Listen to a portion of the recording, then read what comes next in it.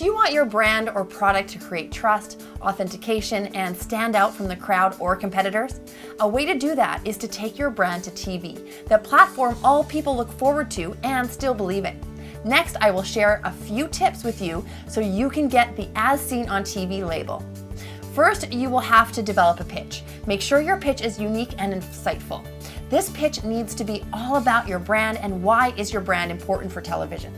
Second, contact media outlets to discuss the options. Negotiate for screen time and develop a broadcast persona.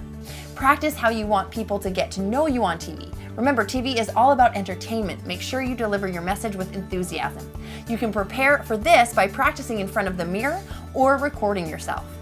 This is a tip I got from Jane McGarry, a journalist and a TV host with 30 years of experience in this field, and she offers a free course on the topic where she covers many of these tips in greater detail.